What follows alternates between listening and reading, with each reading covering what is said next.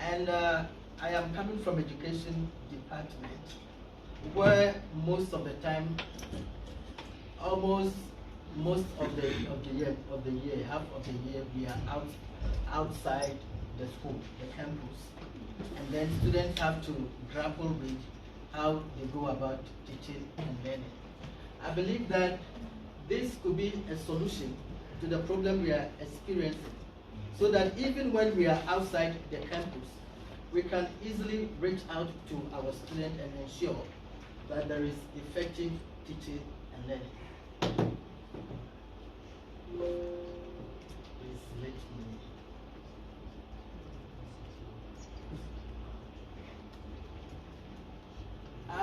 I attempted to address the question that was posed to me. It says that how have you used your choice of technology? And I think the question is very precise, your choice. I want to believe that after I am done, some of the panel members are going to ask me. It looks like you've been using Teams and all. I've been using Blackboard. I've been using WhatsApp. I've been using Zoom. I've been using WhatsApp and all the different technology. But I find this as an innovative tool that we can take advantage of. And I'll be attempting to address the following questions that are listed there. So the question is, how do we use Teams to create a virtual classroom that your students can actively participate? You are all aware that when you start using Teams, you need to create a course code team, which is purposely for a particular class. To organize your classroom, it's important that you use channels and tabs. Channel is very important because it organizes your classroom. And the tab is also important because it helps you to do what? To keep content of a particular class in one location. All right, as we have over here, say channels help you to organize classroom workspace. Tabs help you to organize the content of your channels. Tabs also allow students to access all the content in the class. So over here we see the importance of these two features if we are going to create a virtual classroom that is conducive for effective teaching and learning. This is how we create the channels. You can create channels for all your class members. You can also use the same channel to create groups for smaller groups. You can also use channels for especially work that is being done in monthly, in weekly, or a practical aspect. These channels assist the students to know exactly where they are going to get particular information from. And then the virtual classroom comes with a general channel, which is very important. Anytime you upload any material or send a message or a notice to your students, they are registered under the general channel. The general channel comes with certain tabs which are very important. Let's briefly look at some of the tabs that are over here. The first one is the post. With the post, anytime you schedule a meeting, the students get a notification on this under this particular tab. You can also use this particular tab to have a conversation or chat with your student. And then the next one is the files. With the files, you as a lecturer, you can upload materials over them. These materials are read-only, the students cannot modify or alter them.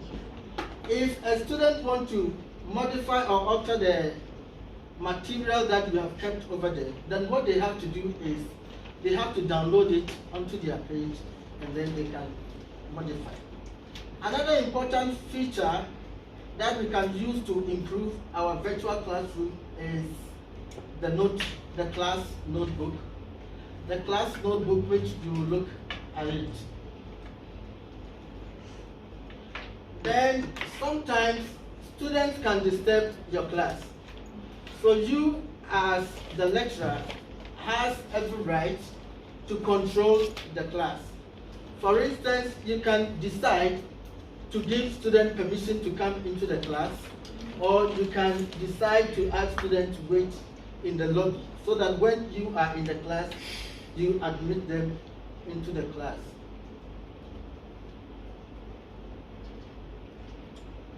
So basically, you as a lecturer, you have every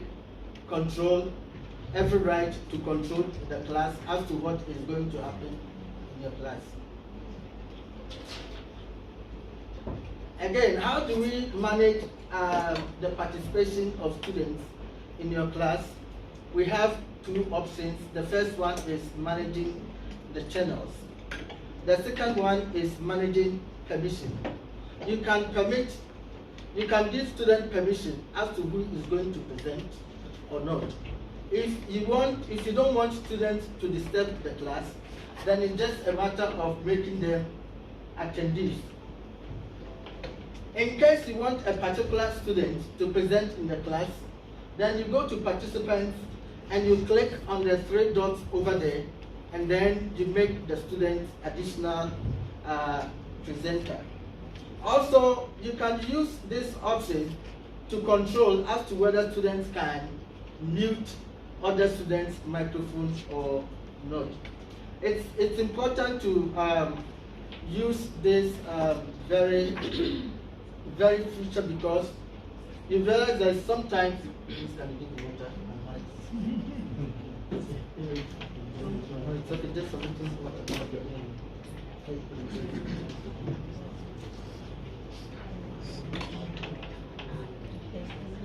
We have to break all down. So what I'm saying over here is that sometimes when you are presenting, or when you are giving another student the opportunity to present, another student can just mute the microphone and then frustrate the student who is presenting. So to avoid that, you can use the permission tab to control what students can do and what students are not permitted. Then the second thing I want to address is, how do you interact with your learners using relevant tools? One relevant tool we can use to interact with our learners is the post and the chatting. When you look at the post tab, in the post tab there is a general conversation which is accessible to all your class. If a student also wants to chat with the lecturer privately, or you the lecturer want to chat with the student privately, you can click on the student's name and send them a message. Another important tool that you can use to create virtual classroom is the screen sharing. The screen sharing can be used to share PowerPoint presentation, Word presentation, and even share your desktop. For instance, if you have found a good video online and you want to share with your class, you can use sharing screen to share this video, where students will have the opportunity to hear the sound of the video and everything. Another way you can also share information with students is files. The files help you to share important documents to students, which are basically read-only documents, and the students cannot tamper with them unless they download them and they use their own copy. Another way you can also interact with your learners is to create additional tabs. When you look at the Teams app, you realize that there is a plus sign over there. You can click on the plus sign and add additional tabs. When you click on the plus sign, there are a lot of apps over there that you can include them in your teaching. So it depends on you as the lecturer to choose which app that you need in your teaching and learning. Let's look at the class notebook. When you look at the class notebook, you realize that there are three important things that are over there. The first one is students' notebooks, where you can share important information with your students. You can even share important information with each of your students. We also have content libraries, where you upload important documents or information that your students need. And also we have another important feature, which is collaborative space. This collaborative space allows students to come in groups and work together. They also allow the students to work with you as a lecturer. As a lecturer, you can use it to work with your students who are even experiencing difficulties in the class. When you look over here, you realize that all the students have a page created automatically for them under the class notebook. In case a student is struggling over there, or a student needs extra attention, you can use this notebook to address the problem or the difficulties or the challenges that they are facing. And the disadvantage over here is that you can even, I don't know whether it is ethical or not, you can even share a link of this student with the parents or anybody outside the class who is interested in the student's performance. And I don't know if that is ethical. How do we get learners to interact using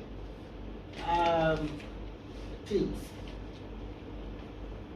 One of the ways that we can use learners to interact using Teams is that automatically, as soon as you register the class, the students have access to even use Microsoft Teams for online learning without the teacher's permission.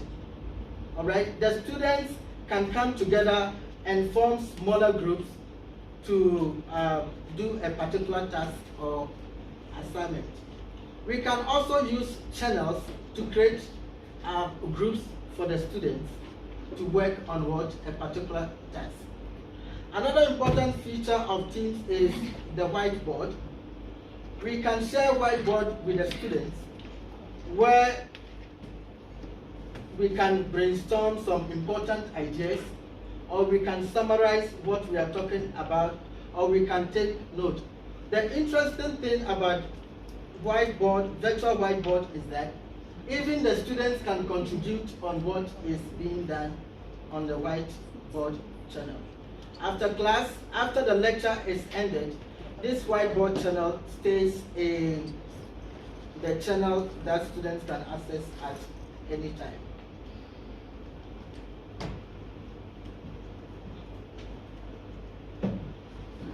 And also, lastly, how do we assess students? When you look into, there are two options for you to assess your students. Firstly, when you look at the tabs in the channel, you realize that it comes with an assignment tab. Also, you can assess your students using the assignment that comes in the main menu of Teams. In this assignment, you have the option to give the students either an assignment where you can attach rubric, or you can conduct a test or a quiz. Then even after when the students have answered the test and the quiz, you, the lecturer, have the right to review and adjust the marks when you think that the answer that the student has provided is reasonable.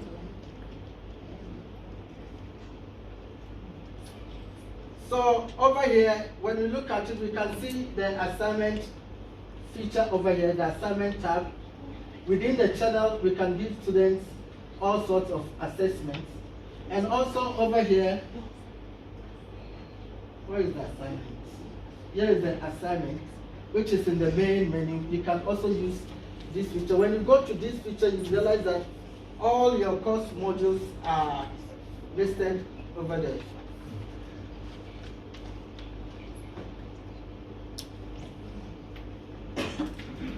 And then some of the platforms are used to facilitate teaching and learning as follows. This is an example of a live session that I had. What is important over here is that as a lecturer, before you get out of the class, you have the opportunity to download the attendance register. Analyzing the attendance register is very important because it makes you to know when a student enters the class and when a student leaves, and when it makes you to know what the students are doing, whether students are in class or not. What are the opportunities for using Teams? The most important opportunity of using Teams is that it promotes independent and collaborative learning for students. What are the challenges? The challenges is that I have experienced non-participation, and I am yet to find out from students why they've not been participating in the online discussion. Most of the students will tell you that it's because they don't have data, but I don't think that is a good excuse not to attend class. So this is the end of my presentation. Thank you very much.